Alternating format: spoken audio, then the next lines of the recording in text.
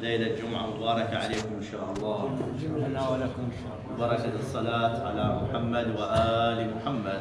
اللهم صل على محمد وآل محمد وعجل فرجهم وارحم عدوهم وانصر ولدهم مقتدى يا الله يا محمد يا علي يا مهدي انصرنا. رغبة عند الأخوة أو طلب الأخوة إن شاء الله دقائق قليلة نتكلم حول أحكام الصلاة إكمالا للمشروع العبادي الذي أمر به سماحة السيد القائد المجاهد مقتدى الصدر، باعتبار أنه أغلب الأخوة أنه لا يتسنى لهم الحضور في ذلك البرنامج الذي هو يوم السبت والثلاثاء. وخاصة أنه هو المشمولين به أنه أعمار محدودة. فعلى كل حال احنا بعد هاي للفائدة إن شاء الله من خلال تواجدنا ذن اليومين الخميس والجمعة نبدأ بكتاب الصلاة، وهي على ضوء المسائل التي طرحها سماحة المولى السيد الشهيد الصدر قدست نفسه الطاهرة من كتاب منهج الصالحين.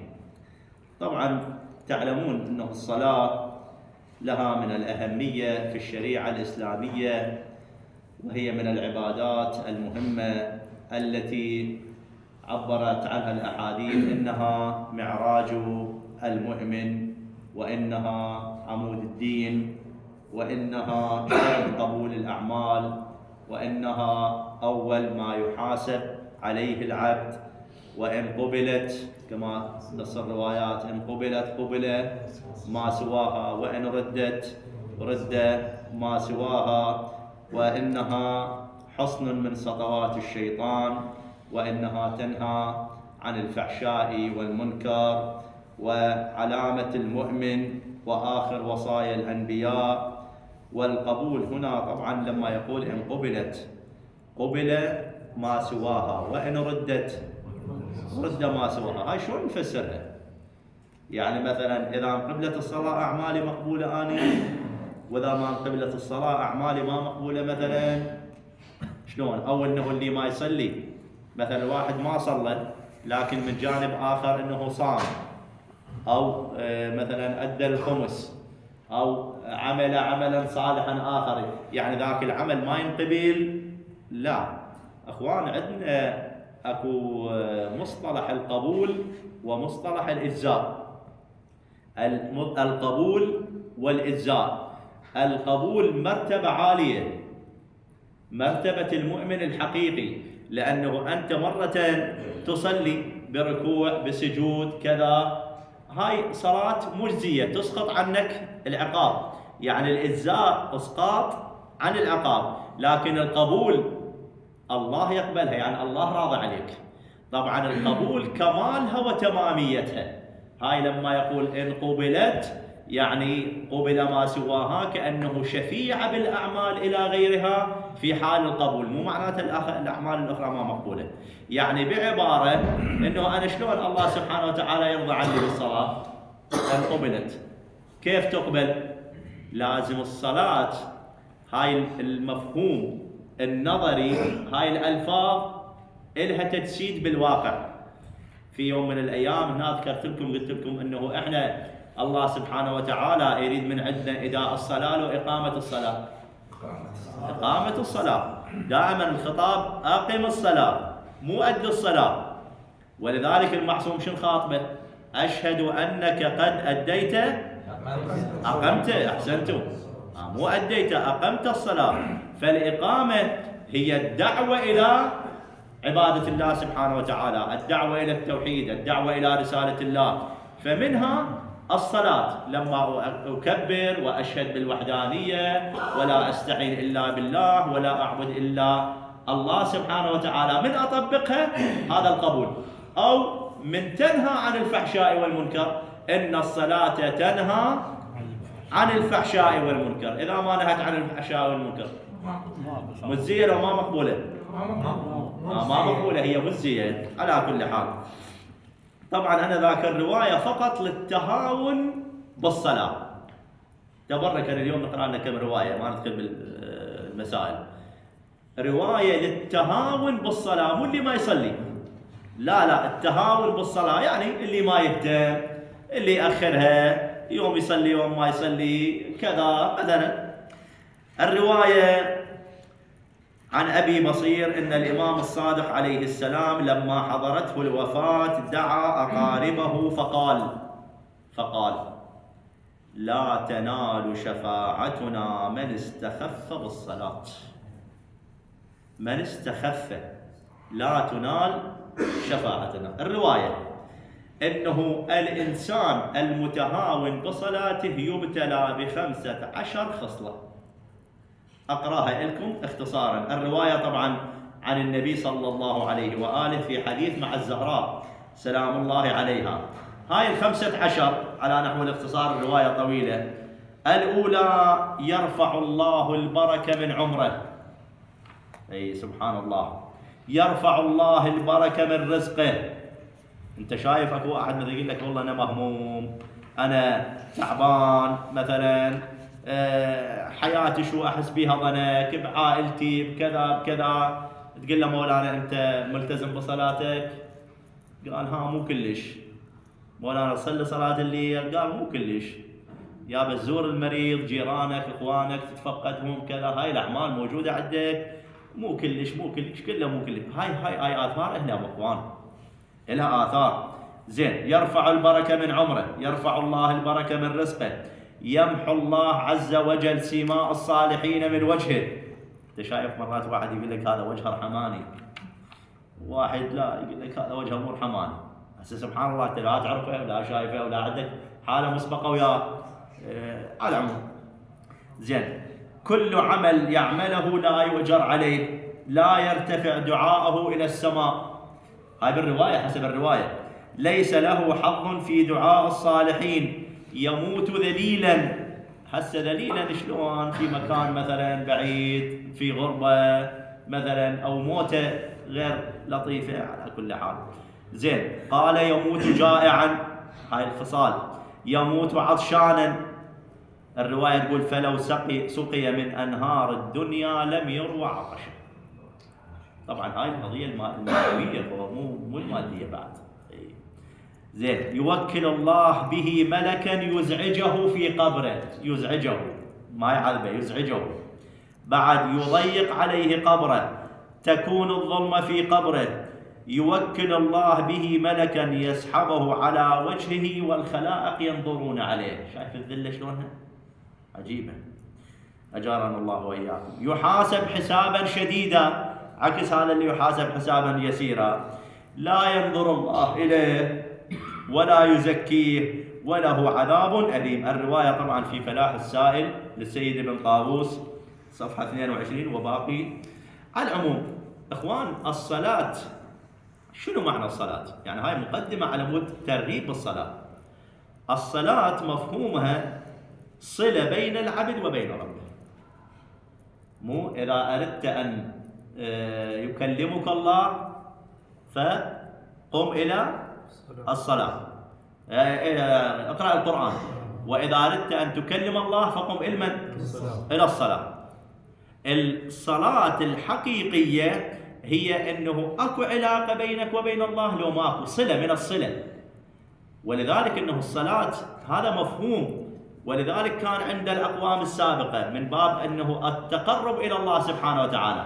إحنا الآن عندنا المفهوم الاصطلاحي للصلاة هي هاي الأفعال المخصوصة من التكبير، القراءة، الركوع، السجود. فإذا أنا شلون أحول الصلاة إلى فاعلية في حياتي؟ أحولها إلى فاعلية في حياتي. يعني شلون؟ بعبارة اليوم يطرحون برامج التنمية البشرية، يجوز أغلبيتكم سامعين بها، لطيفة جدا. هاي برامج التنمية البشرية أخوان هي أصلها القرآن، لكن إحنا حقيقة ما ملتفتين. اليوم يكلمك، يجي واحد مثلا يكلمك إنه يقول لك الإنسان مثلا فيه طاقات سلبية وطاقات إيجابية، السلبية أكثر من الإيجابية. يا شو أسوي؟ قال لازم تسحب الطاقات السلبية وتعطي الإنسان أو الروح أو البدن أو الجسم أو النفس طاقة إيجابية. يا شلون الطاقة الإيجابية؟ هم يقولون مثلا اجلس ساعة للتفكر بينك وبين نفسك، انعزل عن المجتمع قليلا، مثلا يقول هاي طاقات إيجابية. مثلا يقول لك انه امشي فد نصف ساعة بالشمس في اليوم، يقول هاي طاقات إيجابية. احنا شنو عندنا الطاقات الإيجابية؟ هي هم طاقات إيجابية، لكن عندنا الصلاة طاقة إيجابية، زيارة المعصوم طاقة إيجابية، زيارة مريض، يعني أي عمل صالح هو شنو؟ هو طاقة إيجابية. وأفضل الطاقات الإيجابية إذا تريد تحصلها في ضريح المعصوم، وكل ما تكون قريب. هاي طبعا هاي لزمة الشباك، البعض ربما ما يفهم معناها. هاي مسك الشباك وتقبيله اخوان، يعني مو بس طاقة إيجابية، لا شكو سلبية ما هي ما موجودة، لأن أنت في حضرة المعصوم. يعني كل ما تقترب من المعصوم اكو طاقة إيجابية تحصلها، وسلبية شنو؟ تبتعد ببركة المعصوم. على كل حال أقرأ فقط رواية وأختم، أنا مو الغاية التطويل عليكم، في فضل الصلاة وأهميتها. الرواية الكليني في رواية صحيحة عن معاوية بن وهب البجلي، هذا من ثقات الأئمة عليه السلام. قال: سألت أبا عبد الله عليه السلام عن أفضل ما يتقرب به العباد إلى ربهم، أفضل وأحب ذلك إلى الله سبحانه وتعالى. قال: ما أعلم شيئا بعد المعرفة، أول الدين معرفته. هاي من يعني فلسفة. أول الدين معرفته. وهي وين هالمقدمات حتى يعني الإمام بدأ منين؟ كأنه من النهاية. أول الدين معرفته، تعرف الله سبحانه وتعالى. زين يراد لك انت مقدمات، هو وين الله؟ غير ثبت لي على مود اعرفه. يعني بالبدايه غير ثبت التوحيد، موش يقولون اولا لابد من اثبات الخالق بالعقائد، بعدين شنو؟ اثبات الصفات، وبعدين العباده. الامام ايش قال؟ اول الدين معرفته. لانه انت اذا ما تعرف الله سبحانه وتعالى شلون تتقرب له؟ شلون تحبه اصلا؟ انا اذا ما اعرف الله سبحانه وتعالى رحيم ودود عطوف كذا كذا تتقرب له؟ اليوم هاي انت في معاملاتنا ارجع لها، انه الانسان كل ما يكون له في الشأنية من الناحية مثلا الاخلاقية، من الناحية العبادية، من الناحية الاجتماعية كذا، انسان خلوق تتودد له، لان الصفات مالته ترغبك، صح؟ على العموم قال: ما أفضل ما يتقرب به العباد إلى ربهم وأحب ذلك إلى الله عز وجل، ما هو؟ فقال: ما أعلم شيئا بعد المعرفة أفضل من هذه الصلاة. هاي ولذلك قلت لك الصلاة معراج المؤمن، الصلاة عمود الدين. زين شلون؟ قال: ألا ترى، تكملة الرواية، ألا ترى إن العبد الصالح عيسى بن مريم عليه السلام قال، هاي القرآن يتحدث على لسان عيسى: وأوصاني بالصلاة والزكاة ما دمت، مو يوم واثنين. ولذلك الفقهاء يقولون الصلاة لا تسقط أبدا. يعني مريض، غرقان، حريق، كذا، تسقط الصلاة؟ زين احنا واحد اذا قام راسه يوجع تسقط الصلاة عنه اسبوع. زين غرقان وأذن، الصلاة واجبة عليه؟ واجبة. احنا نسولف، بس انت لو غرقان تصلي؟ شوف زين شلون يصلي؟ ها؟ هو غرقان، تثري الغرقان الشحت يستحضر النية لو حاير بروحه. احنا محل الشاهد هنا يقول هذا، يقول هيك هاي يعني بقلبه ينوي ويصلي. على العموم الى محل. الرواية أيضا في صحيحة عبد الرحمن بن الحجاج عن أبان بن تغلب قال: كنت صليت خلف أبي عبد الله عليه السلام بالمزدلفة، فلما انصرف التفت إلي فقال: يا أبان، الصلوات الخمس المفروضات من أقام حدودهن. بالرواية إخوان والله عجيبة هاي الرواية من أقراها. هاي حدود، يعني مو تلك حدود الله، كل عبادة إلها حدود. مو الصلاة بالرواية كم حد إلها؟ مر عليكم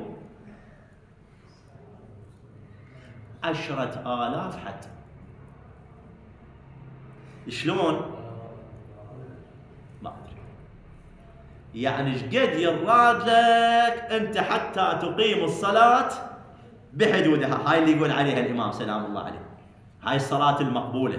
قال: الصلوات الخمس المفروضات من أقام حدودهن وحافظ على مواقيتهن لقي الله يوم القيامة وله عنده عهد يدخله به الجنة، ومن لم يقم حدودهن ولم يحافظ على مواقيتهن لقي الله ولا عهد له، إن شاء عذبه وإن شاء غفر له. المصنف قدس سره بدأ بالمقصد الأول بأعداد الفرائض ونوافلها ومواقيتها وجملة من أحكامها. قال: وفيه فصول. الفصل الأول في أعداد الفرائض والنوافل إن شاء الله يأتي، والحمد لله رب العالمين، وصلى الله على محمد وآله الطيبين الطاهرين. اللهم صل على